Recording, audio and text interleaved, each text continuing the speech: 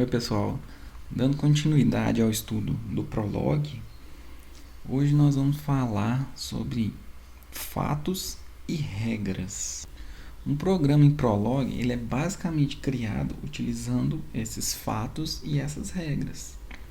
Fatos são sempre verdadeiros. Já as regras elas precisam ser avaliadas, com os valores de entrada para a gente ver se isso é verdadeiro ou se isso é falso.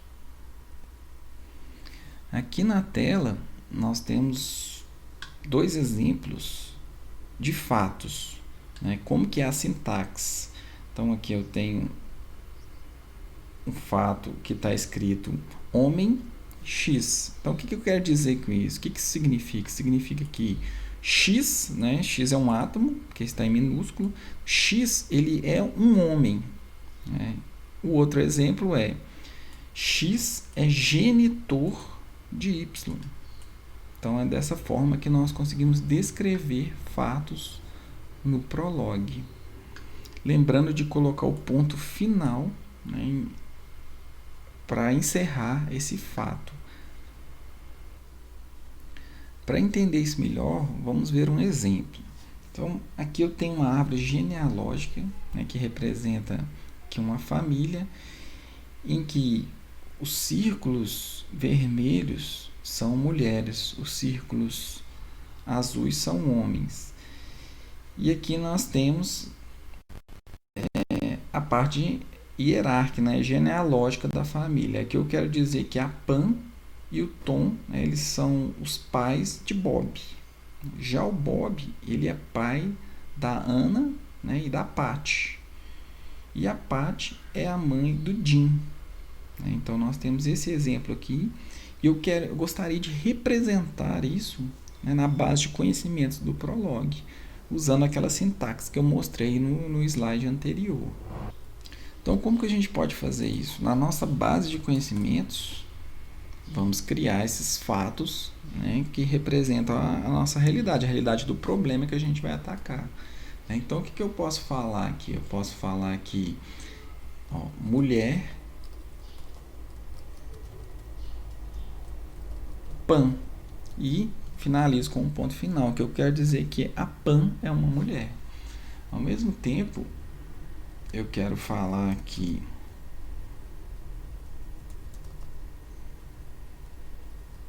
a Liz também é uma mulher. A Anne, ou a Ana, é uma mulher. E por fim, a Patty é uma mulher. Continuando na nossa base de conhecimentos, agora eu vou representar os homens. Então eu tenho aqui, homem Tom, seguindo aquele desenho do exercício. Eu tenho também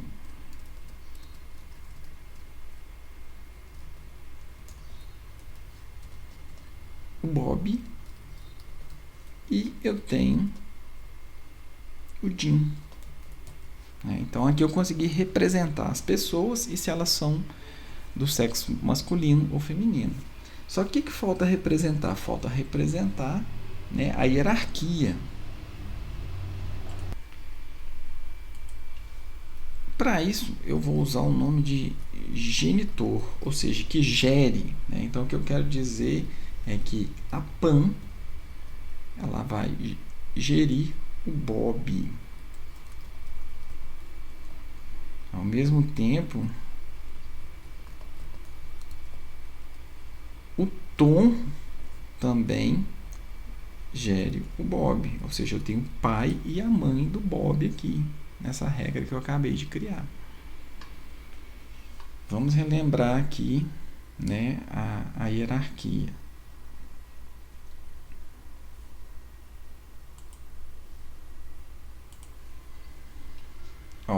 Então eu tenho a Pam e o Tom, que são genitores de Bob. O que eu vou falar? Eu vou falar que o Tom também geriu a Liz. Então vamos lá para o Prolog.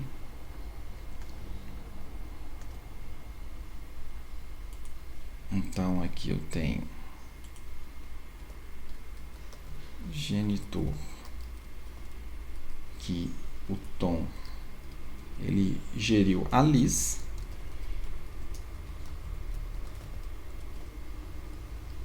O Bob ele geriu a Anne e a Patty.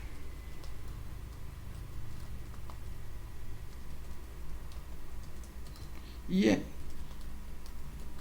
a Patty gerir o Jim.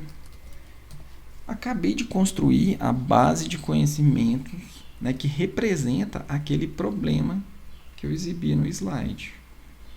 Com essa base criada, a gente vai clicar no botão de consultar para ver se tem algum erro. Não retornou erro nenhum, então quer dizer que tá tudo ok. E é aqui que torna o paradigma interessante, né? A parte de consultas. Então eu posso confirmar alguma informação. Por exemplo, eu posso perguntar se a Pam é uma mulher. Go Enter e ele vai retornar True. O interessante é que o Prolog ele consegue inferir meus resultados. Então, por exemplo, eu quero saber quem são as mulheres da minha base de conhecimentos. Para isso, eu vou usar uma variável. Poderia colocar qualquer nome, eu vou usar x, né? Então a variável começa com maiúsculo. A partir do momento que eu dou um Enter, né, o Prolog ele vai me retornar todas as mulheres. Então eu tenho a Pam, eu tenho a Anne, eu tenho a Liz, eu tenho a Patty. E por fim ele me retorna um resultado falso, ou seja, não tem mais mulheres na minha base de conhecimento. E é aqui que a gente consegue perceber a grande diferença desse paradigma lógico para um paradigma imperativo. Eu não precisei programar, né, em como retornar esses resultados. Eu apenas criei a base de conhecimento e fiz uma consulta, né, para obter esses dados. Toda essa parte por trás é feita pelo compilador, pelo Prolog. Duas características importantes na criação dessa base de conhecimento é que é interessante a gente agrupar, né, os nossos fatos. Então, olha para você ver, eu agrupei todas as mulheres, depois agrupei todos os homens e depois agrupei todos os genitores. Isso facilita, né, na hora que o Prolog busca o resultado, e isso pode até influenciar. Tá? Isso influencia tanto em tempo, né, de processamento, quanto talvez em respostas.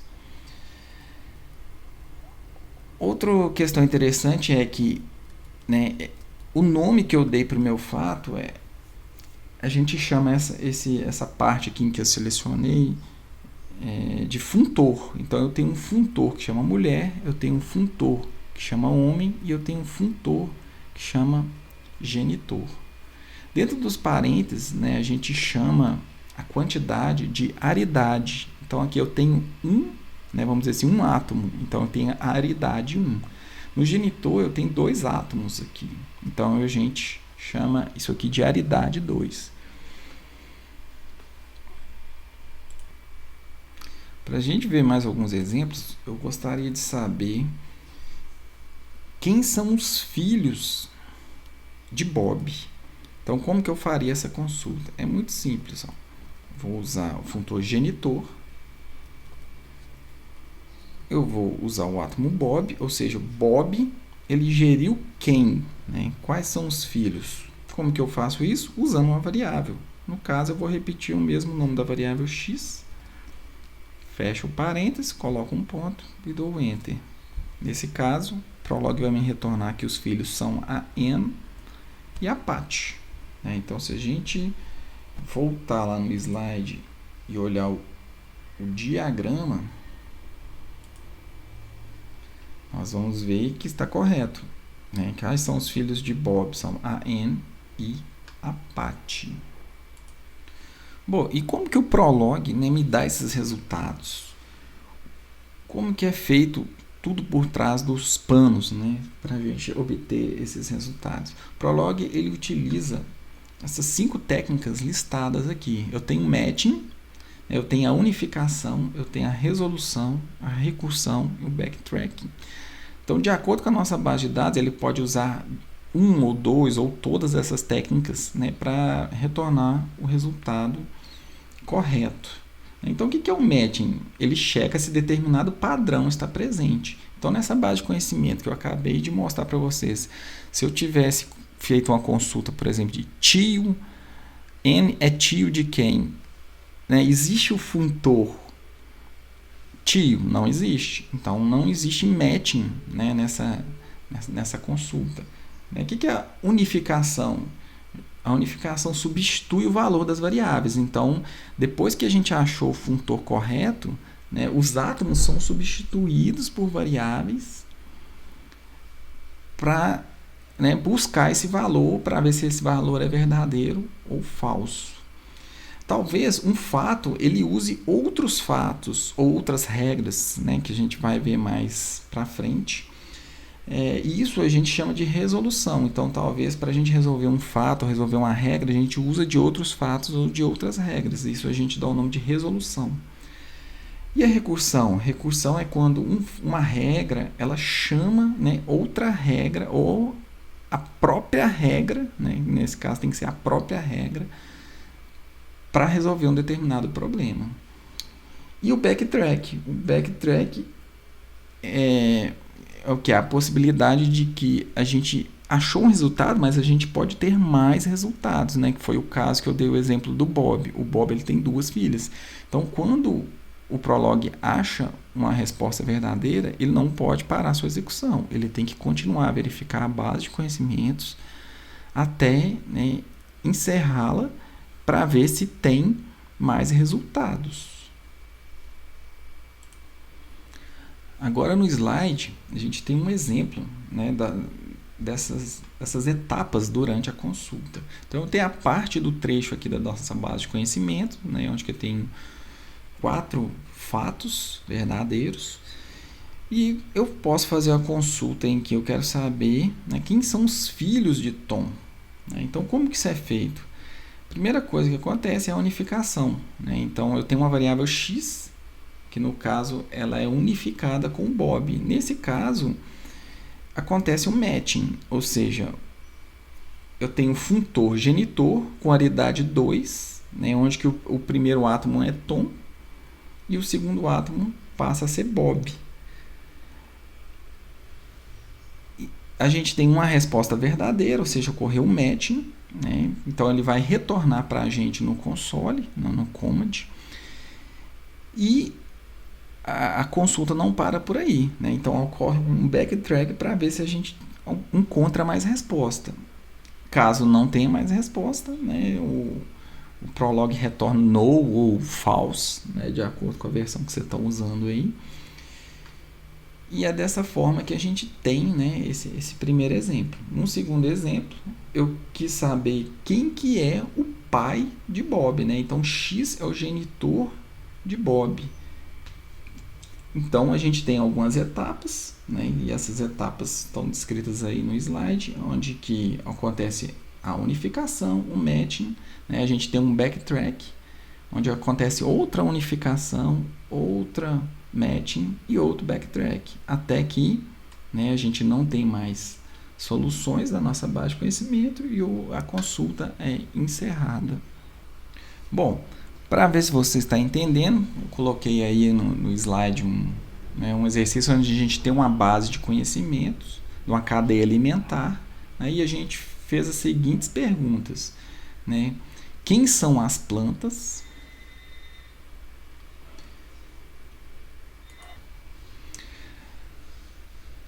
Eu perguntei se a raposa ela come algum outro animal, né, e aqui tem o primeiro uso da variável anônima que eu citei, né, em aulas anteriores. O interessante é que quando você usa essa variável anônima, ela não te retorna o valor, ela vai te retornar apenas se é verdadeiro ou falso. Então, nessa segunda consulta, a raposa ela come algum né, algum outro animal, ele vai retornar verdadeiro ou falso de acordo com a base de conhecimento. Olha a terceira consulta em que tem algum animal que come algum outro animal ou que come alguma planta. Então essa é a terceira consulta que a gente está fazendo aí. E a última é se existe algum animal que come grama.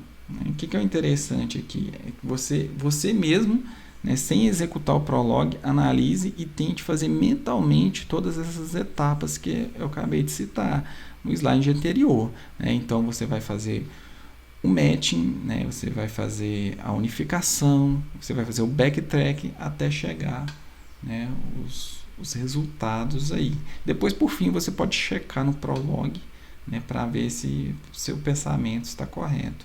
Tá? Aqui a gente tem as respostas, então, quais são as plantas, no caso a alga, grama, e não tem mais resposta. Se a raposa ela come alguma coisa, então a resposta foi sim, yes ou true. E se tem algum animal que come alguma coisa, a resposta é sim.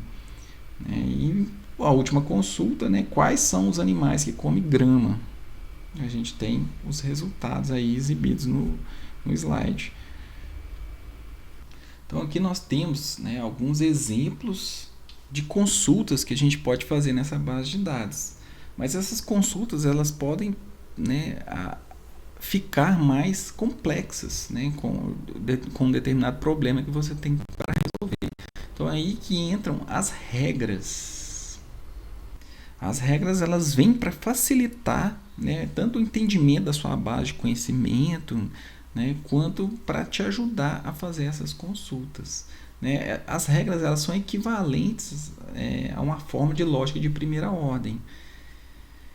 Então a gente vai usar alguns tokens especiais. O primeiro é o se aqui, que eu estou com o mouse, que eu estou passando o mouse em cima. Eu tenho aqui o i, que é equivalente à conjunção. Tem o ou aqui. E aqui eu tenho um exemplo dessa lógica de primeira ordem que é convertido para uma regra de Prolog. Então vocês podem ver aqui a similaridade. Então eu tenho o x se o x de b ou o que? O x de c e x de d. Então eu tenho o equivalente aqui, usando esses tokens da linguagem, que representam o se. O ponto e vírgula vai representar o ou e a vírgula vai representar o i, a conjunção. Essas regras, então, elas são divididas em duas grandes partes. A gente tem a conclusão, a cabeça da regra aqui, onde eu posso passar argumentos. Então essa regra ela vai ser verdadeira se eu tiver aqui uma outra condição.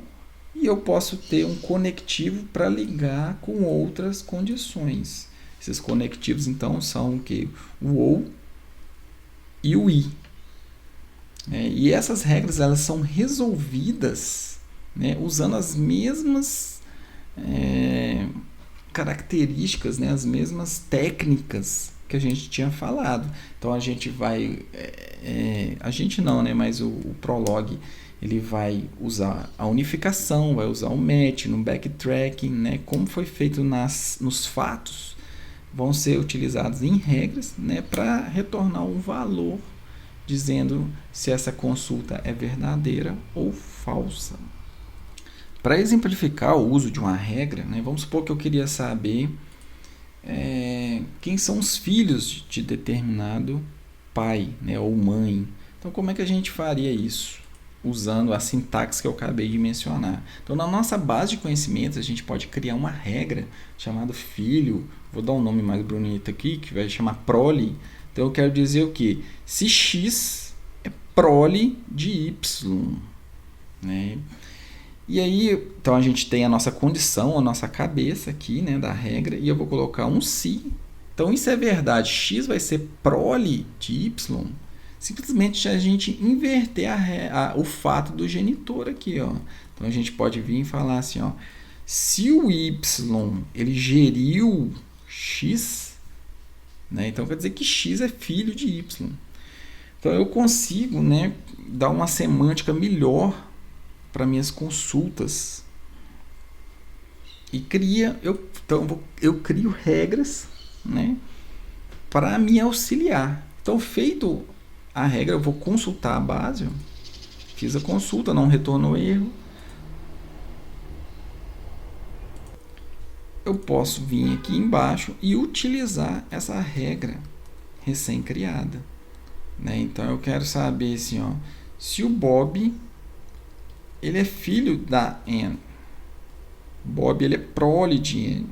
Na hora que eu retornar, vai ser falso, né? Ou eu posso perguntar